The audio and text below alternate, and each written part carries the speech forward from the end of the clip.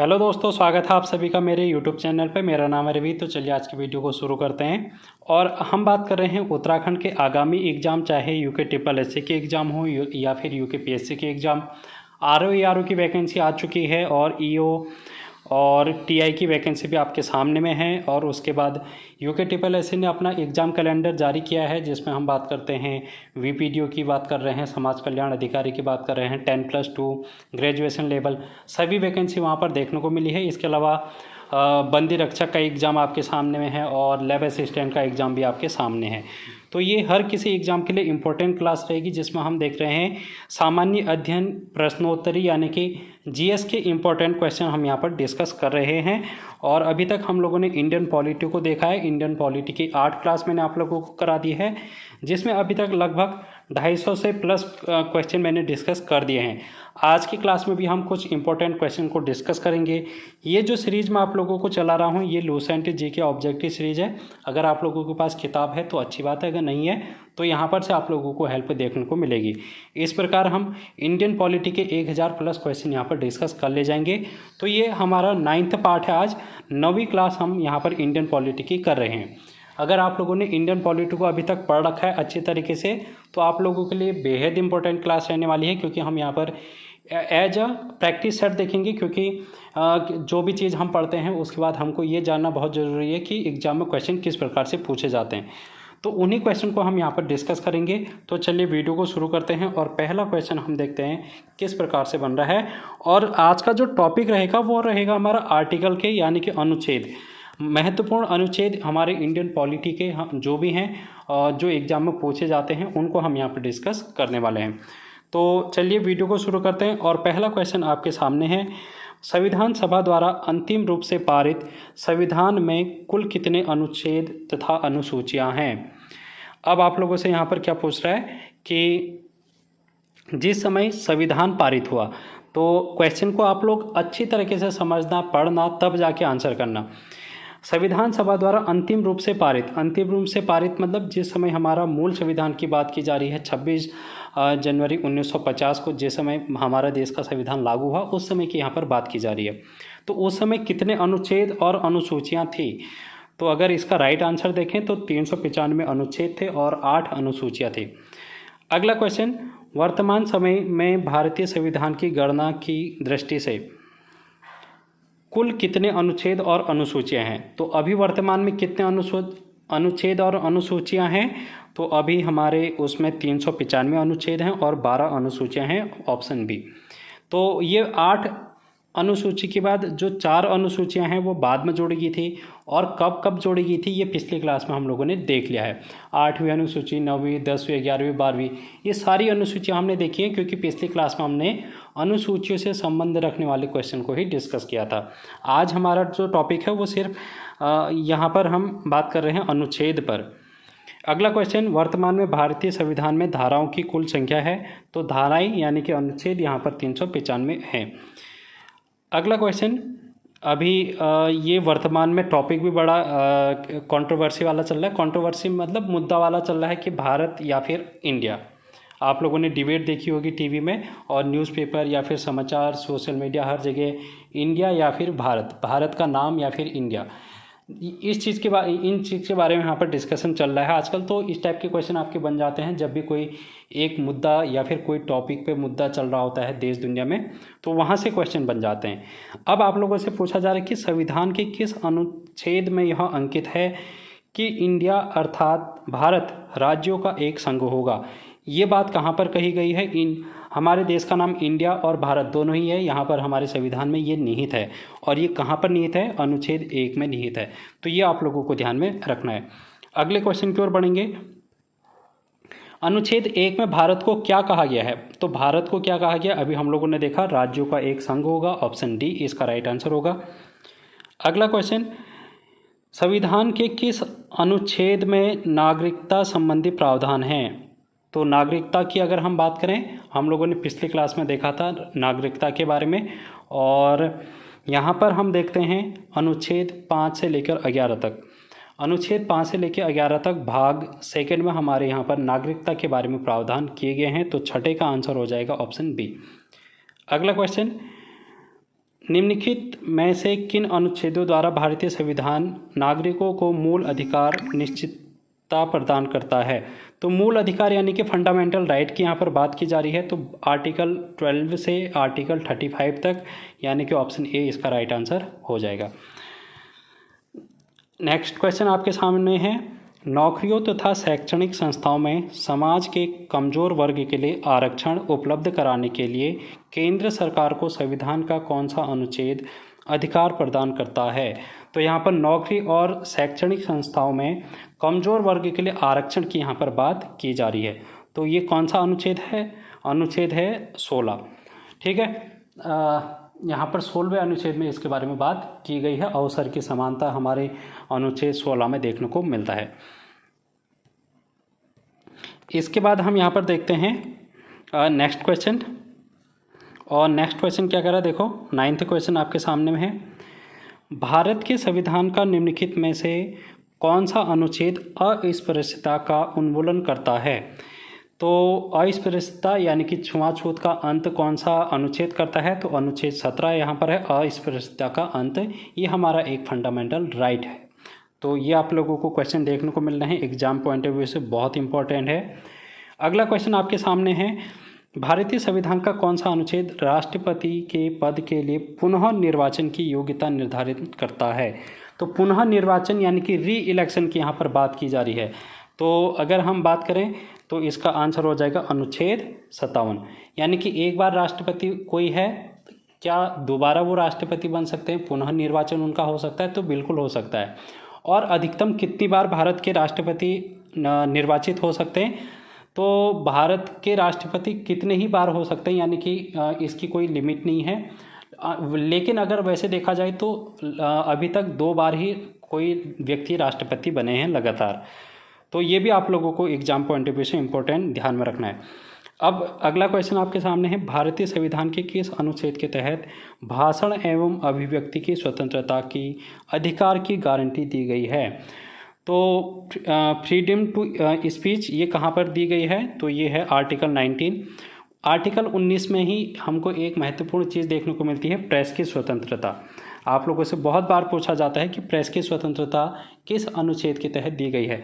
तो आर्टिकल 19 का sub clause 1, article 19 का एक भाग यहाँ पर हम लोगों को देखने को मिलता है जो प्रेस की स्वतंत्रता की बात करता है। तो ये सभी अब हाँ आपके सामने आ ही गया है नेक्स्ट क्वेश्चन, प्रेस की स्वतंत्रता, तो मैंने बता दिया 19 का 1। अगला क्वेश्चन है, मौलिक अधिकार के अंतर्गत कौन सा अनुच्छेद बच्चों के शोषण से संबंधित रखता है? तो बच्चों का शोषण की अगर हम बात करेंगे तो इसका जो आंसर हो जाएगा वो हो जाएगा ऑप्शन डी, अनुच्छेद 24। तो अगर हम यहाँ पर एक क्वेश्चन और डिस्कस करें तो आप लोगों से बहुत बार पूछा जाता है कि जो बाल मजदूरी है, इसके तहत हम बच्चों का शोषण किया जा रहा है, बाल मजदूरी के तहत बाल मजदूरी बच्चों को कराई जाती है, तो इसके लिए एज लिमिट क्या है? तो आप लोगों को ध्यान में रखना है 14 वर्ष इसकी एज लिमिट है। 14 वर्ष से अगर कोई भी कम आयु का बच्चा है तो उसके बाल जो मजदूरी है उसके अंतर्गत वो आ जाता है। तो इसलिए बच्चों के शोषण से संबंधित प्रावधान हमको आर्टिकल 24 में देखने को मिलते हैं। इसके बाद हम बात करेंगे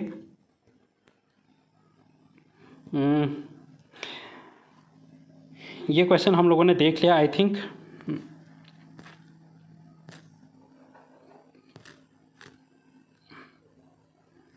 हाँ, नेक्स्ट क्वेश्चन की ओर चलेंगे, 14 क्वेश्चन की ओर।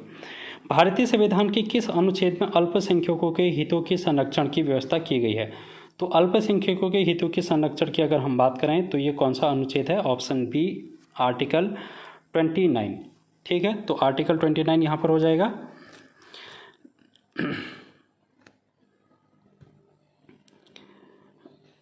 अगला क्वेश्चन है आपके सामने, कौन सा अनुच्छेद के अंतर्गत भारत का सर्वोच्च न्यायालय नागरिकों को मौलिक अधिकारों की रक्षा देता है? तो मौलिक अधिकारों की रक्षा की अगर हम बात करें तो सर्वोच्च न्यायालय में मौलिक अधिकारों का इसको रक्षक कहा जाता है। आप लोगों से पूछा जाता है कि मौलिक अधिकार फंडामेंटल राइट का रक्षक कौन है? तो सर्वोच्च न्यायालय है। ऑप्शन आपके पास आएगा भारत के राष्ट्रपति, भारत के प्रधानमंत्री, भारत की संसद या फिर सर्वोच्च न्यायालय। तो सर्वोच्च न्यायालय इसका आंसर होगा। लेकिन किस आर्टिकल के तहत? तो ये है हमारा आर्टिकल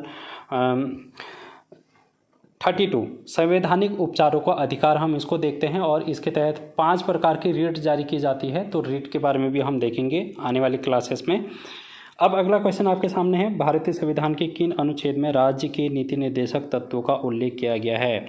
तो डीपीएसपी की यहाँ पर बात की जा रही है और डीपीएसपी हमारे अनुच्छेद 36 से लेकर 51 तक देखने को मिलते हैं। तो ये ऑप्शन सी इसका राइट आंसर हो जाएगा। तो ये आप लोगों के लिए रिवीजन की क्लास एक तरीके से देखने को मिल रही है। यहाँ पर आप लोगों ने ये सारी चीज़ें आई होप पढ़ी होंगी, क्योंकि यहाँ पर आप लोगों को पढ़ाया नहीं जा रहा है। बात तो ये है, आप लोगों को प्रैक्टिस कराई जा रही है क्वेश्चन की, और ये बताया जा रहा है कि एग्ज़ाम में किस टाइप के क्वेश्चन पूछे जाते हैं, क्योंकि टॉपिक यहाँ पर डिस्कस नहीं किए जा रहे हैं। टॉपिक अगर डिस्कस करने लगेंगे तो एक टॉपिक ही बहुत बड़ा टॉपिक है इंडियन पॉलिटी का, तो उसके लिए सेपरेट वीडियो यहाँ पर बनाई गई है, आप लोग देख सकते हैं। ठीक है, चैनल के माध्यम से आप लोगों को अंतिम 50 दिनों के महासंग्राम के माध्यम से इंडियन पॉलिटी देखने को मिलेगी, मैंने करा रखा है। अब आपके सामने है नेक्स्ट क्वेश्चन, भारतीय संविधान के अंतर्गत कल्याणकारी राज्य की अवधारणा निम्नलिखित में से किस अनुच्छेद में वर्णित है। तो कल्याणकारी राज्य की अगर हम बात करेंगे तो ये किस अनुच्छेद में यहाँ पर निहित है। तो इसका राइट आंसर हो जाएगा आर्टिकल 39 में। तो अगला क्वेश्चन आपके सामने है, भारतीय संविधान का कौन सा अनुच्छेद राज्य सरकारों को ग्राम पंचायत के गठन का निर्देश देता है। तो ग्राम पंचायतें हमारे देश में है, पंचायती राज अधिनियम। तो ये किस अनुच्छेद के तहत इसकी बात की गई थी। तो ये हमारे नीति निर्देशक तत्वों में आर्टिकल 40 है, अनुच्छेद 40। इसके तहत पंचायती राज अधिनियम जो है वो ग्राम पंचायतों के गठन की बात करता है। तो 18 का आंसर ऑप्शन डी हो जाएगा। अगला क्वेश्चन है, 42वें संविधान द्वारा संशोधन द्वारा 42वां संविधान संशोधन कब हुआ था। 1976। तो 1976 में ये संविधान संशोधन होता है। इसके तहत किस अनुच्छेद में मौलिक कर्तव्यों को जोड़ा गया है। तो इसके तहत एक मौलिक कर्तव्य जोड़ा गया था, और वो मौलिक कर्तव्य था बच्चों की शिक्षा से लेकर, तो जो प्राथमिक स्तर पर बच्चे को शिक्षा दी जाती है और निःशुल्क शिक्षा 6 वर्ष से लेकर 14 वर्ष तक, उसकी यहाँ पर बात की गई थी, और ये हमारा मौलिक कर्तव्य के रूप में जोड़ा गया था। हमारा जो मूल संविधान है उसमें 10 मौलिक कर्तव्य थे, लेकिन 11वां मौलिक कर्तव्य के रूप में 1976 में जोड़ा गया था और इसको 51A में रखा गया। तो ऑप्शन बी इसका राइट आंसर हो जाएगा 19 का। आई होप आप लोगों को चीज़ें समझ में आ रही होंगी। भारतीय संविधान के किस अनुच्छेद में मौलिक कर्तव्यों की चर्चा की गई है। तो मौलिक कर्तव्य फंडामेंटल ड्यूटी की अगर हम बात करेंगे तो ये कहाँ पर रखी गई है। तो ये 51A में रखी गई है। ये आप लोगों को मैंने अभी बताया मौलिक कर्तव्य के बारे में। नेक्स्ट क्वेश्चन आपके सामने है, संघ की कार्यपालक शक्ति राष्ट्रपति में निहित होती है, जिसका प्रयोग वह स्वयं या अपने अधीनस्थ अधिकारियों के द्वारा करेगा। तो जो हमारा संघीय व्यवस्था है उसमें कार्यपालिका की शक्ति राष्ट्रपति में निहित होती है। अगर आप लोगों से पूछा जाएगा कि वास्तविक कार्यपालिका की शक्ति किस में निहित होती है, तो यहाँ पर शब्दों का हेरफेर आप लोगों के सामने देखने को मिलेगा। कार्यपालिका की शक्ति अगर बोला जाए तो राष्ट्रपति में निहित होती है, लेकिन अगर वास्तविक कार्यपालिका की शक्ति पूछा जाए तब प्रधानमंत्री आपका राइट आंसर होना चाहिए। ठीक है, तो ये चीज़ है जो कि आप लोगों को ध्यान में रखनी है। तो ये अपने अधीनस्थ अधिकारियों के द्वारा इसका प्रयोग करता है। ये कहाँ पर लिखा गया है। तो ये हमारे आर्टिकल कहाँ पर देखने को मिलता है, आर्टिकल 53 में देखने को मिलता है। और नेक्स्ट क्वेश्चन है, भारतीय संविधान के कौन से अनुच्छेद में भारत के राष्ट्रपति के महाभियोग के प्रावधानों के बारे में उल्लेख किया गया है। तो महाभियोग के द्वारा राष्ट्रपति को हटाया जा सकता है अपने पद से। जैसे कि हम लोग देखते हैं कि जब राष्ट्रपति चुनाव जीत कर आते हैं, यानी कि उनका निर्वाचन किया जाता है, तो उनका कार्यकाल 5 वर्ष का होता है, लेकिन 5 वर्ष से पहले भी उनको हटाया जा सकता है अगर वो संवैधानिक उल्लंघन इस तरीके से करते हैं। तो उस स्थिति में महाभियोग की प्रक्रिया उनके खिलाफ लाई जाती है। तो ये बात कहाँ पर लिखी गई है, ये हमारे अनुच्छेद 61 में लिखी गई है, आर्टिकल 61। ऑप्शन बी इसका राइट आंसर हो जाएगा। तो चीज़ें आई हो आप लोगों को समझ में आ रही होंगी किस तरीके से हम लोग आगे को बढ़ रहे हैं। अगला क्वेश्चन है, संविधान के किस अनुच्छेद में उपराष्ट्रपति पद का प्रावधान किया गया है। तो उपराष्ट्रपति वाइस प्रेसिडेंट के बारे में कहाँ पर लिखा गया है, आर्टिकल 63 अनुच्छेद 63 में लिखा गया है। संविधान के किस अनुच्छेद के अंतर्गत मंत्रीगण सामूहिक रूप से लोकसभा के प्रति उत्तरदायी है। तो जो मंत्रिपरिषद होती है वो लोकसभा के प्रति उत्तरदायी होती हैं, ये आप लोगों से पूछा जा सकता है। ये क्वेश्चन इस तरीके से पूछा जाता है कि मंत्रिपरिषद किसके प्रति उत्तरदायी होती है, भारत के राष्ट्रपति के प्रति, भारत के प्रधानमंत्री के प्रति, लोकसभा या फिर राज्यसभा। तो आंसर हो जाएगा लोकसभा के प्रति उत्तरदायी होती है, जवाबदेही होती है। तो क्योंकि लोकसभा जो होती है वो लोगों की सभा होती है, यानी कि जनता के द्वारा जो चुन के आती है वो सभा होती है, तो इसलिए जनता के प्रति जवाबदेह होती है यहाँ पर जितने भी मंत्रिपरिषद है। तो 24 का आंसर हो जाएगा ऑप्शन सी 75। ऑप्शन सी 75 इसका आंसर हो जाएगा। इसके अलावा आप लोगों को चैनल के माध्यम से कंप्यूटर की क्लास कराई जा रही है। कंप्यूटर आप लोगों को RO के एग्ज़ाम में बहुत हेल्पफुल रहेगी। इसके अलावा आप लोगों के UKPSC के जितने भी एग्ज़ाम हैं, UKSSC के एग्ज़ाम हैं, उनके लिए भी ये क्लास इंपॉर्टेंट रहेगी, जिसमें हम डिटेल में बात करते हैं कंप्यूटर की। तो आप लोगों को ये सारी चीज़ें देखनी है। इसके अलावा यहाँ पर करंट अफेयर की क्लास भी आप लोगों को कराई जा रही हैं, जिसमें आप लोगों को हर एक चीज़ बताई जाती है करंट अफेयर से रिलेटेड।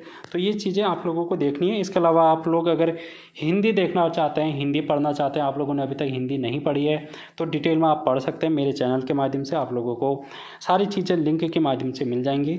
तो यहाँ पर मैंने सभी को टॉपिक वाइज कराया है सिलेबस के अकॉर्डिंग।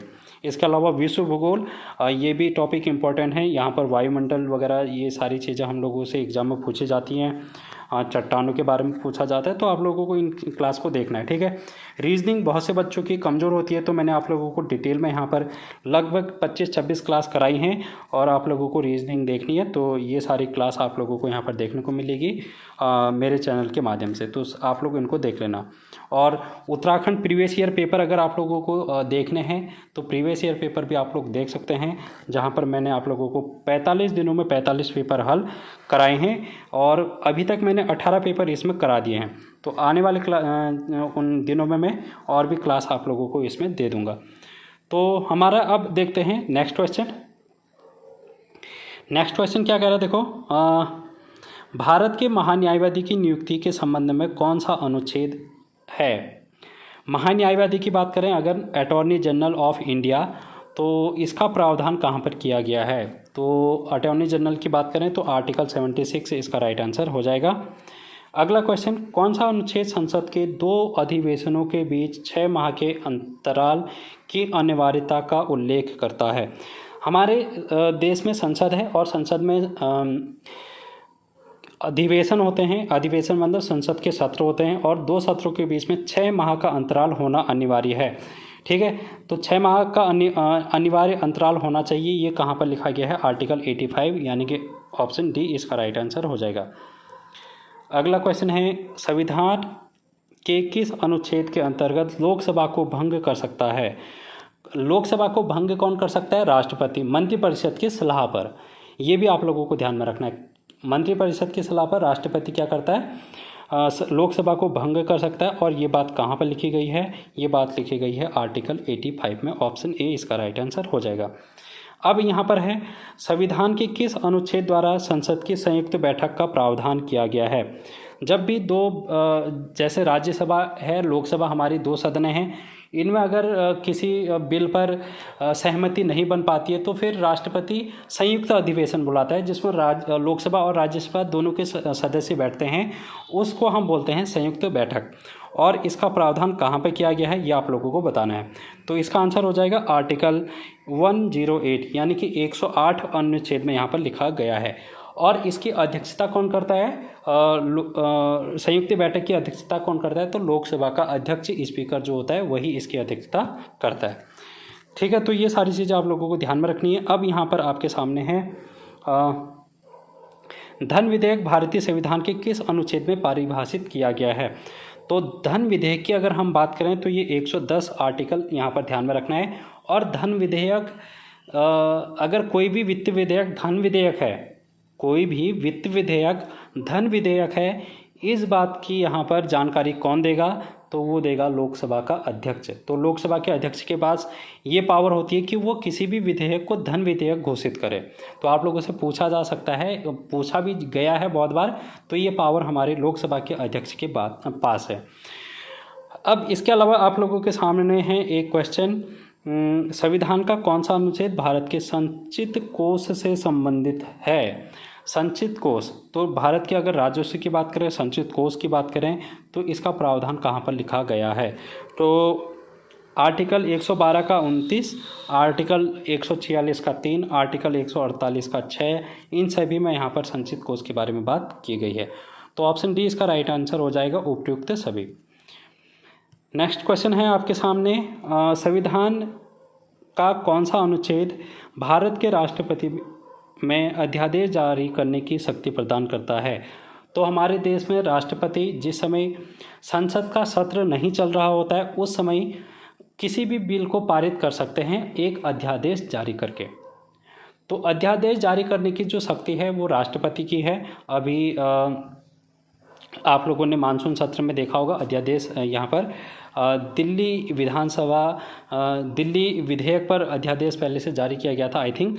तो इस तरीके से आप लोगों से क्वेश्चन पूछे जा सकते हैं, क्योंकि ये करंट का टॉपिक भी बन जाता है। तो 33 का जो ऑप्शन हो जाएगा वो आर्टिकल 123 हो जाएगा। तो 123 के तहत अध्यादेश जारी कर सकता है भारत का राष्ट्रपति। अगला क्वेश्चन, सर्वोच्च न्यायालय के न्यायाधीश पर महाभियोग चलाए जाने का प्रावधान है। अभी हम लोगों ने इससे पहले देखा आर्टिकल 61 देखा, जिसमें हम लोगों ने देखा था कि राष्ट्रपति पर महाभियोग, राष्ट्रपति को पद से हटाए जाने की प्रक्रिया को महाभियोग कहते हैं। इसी प्रकार सभी सर्वोच्च न्यायालय के न्यायाधीश यानी कि जो चीफ जस्टिस ऑफ इंडिया हैं, उन पर भी महाभियोग की प्रक्रिया लगाई जा सकती है, उनको भी पद से हटाया जा सकता है। ये किस आर्टिकल में निहित है? तो ये आर्टिकल है 124 से 129 तक सर्वोच्च न्यायालय के बारे में बात की गई है, ये भी आप लोगों को पता होना चाहिए। अगला क्वेश्चन, राष्ट्रपति सर्वोच्च न्यायालय के से संविधान के किस अनुच्छेद के अंतर्गत परामर्श ले सकता है? जो हमारे राष्ट्रपति हैं वो सर्वोच्च न्यायालय यानी कि सुप्रीम कोर्ट से किसी भी मुद्दे पर जो राष्ट्र से संबंध रखते हैं मुद्दे, जो संविधान से संबंध रखते हैं मुद्दे, उनसे संबंधित मुद्दों पर परामर्श ले सकता है, उनसे जानकारी ले सकता है, उनसे राय मशवरा ले सकता है। ये बात किस अनुच्छेद में लिखी गई है? तो 35 का आंसर हो जाएगा ऑप्शन डी 143। आर्टिकल 143 में इसकी बात कही गई है। अगला क्वेश्चन है, सर्वोच्च न्यायालय अपने द्वारा सुनाए गए किसी निर्णय या आदेश का पुनरावलोकन कर सकता है।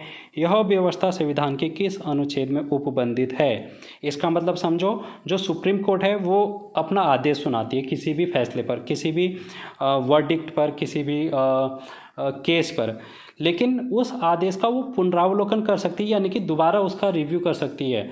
और ये बात कहाँ पर लिखी गई है ये आप लोगों को बताना था। तो आर्टिकल इसका हो जाएगा ऑप्शन सी 137 में सुप्रीम कोर्ट की पुनरावलोकन की शक्ति दी गई है।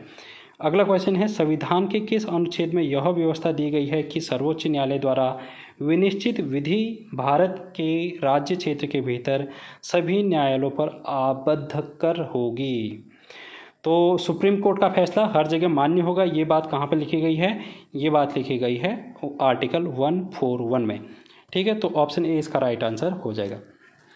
नेक्स्ट क्वेश्चन आपके सामने है, भारतीय संविधान में सर्वोच्च न्यायालय तथा उच्च न्यायालय को न्यायिक पुनरावलोकन की शक्ति प्रदान की गई है, जिसका आधार है। तो न्यायिक पुनरावलोकन का आधार क्या है ये आप लोगों को बताना है, और ये महत्वपूर्ण क्वेश्चन है। इस टाइप के क्वेश्चन आप लोगों से पूछे जा सकते हैं। देखो, न्यायिक पुनरावलोकन कब करेगा? जब भारत के संविधान में जो हमारे मौलिक अधिकार हैं उनका उल्लंघन हो रहा होगा।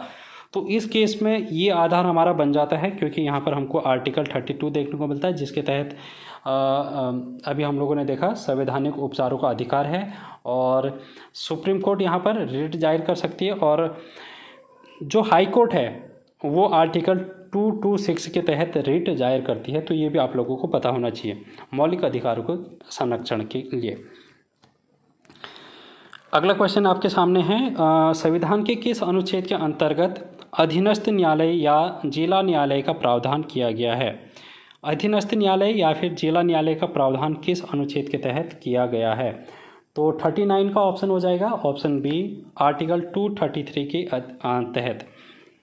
अब आज का आखिरी क्वेश्चन हम करेंगे, 40 क्वेश्चन यहाँ पर डिस्कस करते हैं आज, और इसका आंसर आप लोग कमेंट बॉक्स में करेंगे। क्वेश्चन क्या कर रहा है? 40 क्वेश्चन देखेंगे, कमेंट बॉक्स में आंसर करेंगे। संविधान का कौन सा अनुच्छेद संवैधानिक प्रावधानों की संघीय संसद राज्य विधान पालिकाओं द्वारा बनाए गए नियमों कानूनों पर प्राथमिकता प्रदान करती है। तो ऑप्शन आपके सामने 4 ऑप्शन है, आपको इसको करना है। इसके बाद हम आने वाले क्वेश्चन को आने वाली क्लास में डिस्कस करेंगे। तो मिलते हैं बहुत जल्द। आई होप आप लोगों को चीज़ें समझ में आई होंगी, और फीडबैक के रूप में आप लोग कमेंट में अपना राय, अपना महत्वपूर्ण कमेंट ज़रूर करें।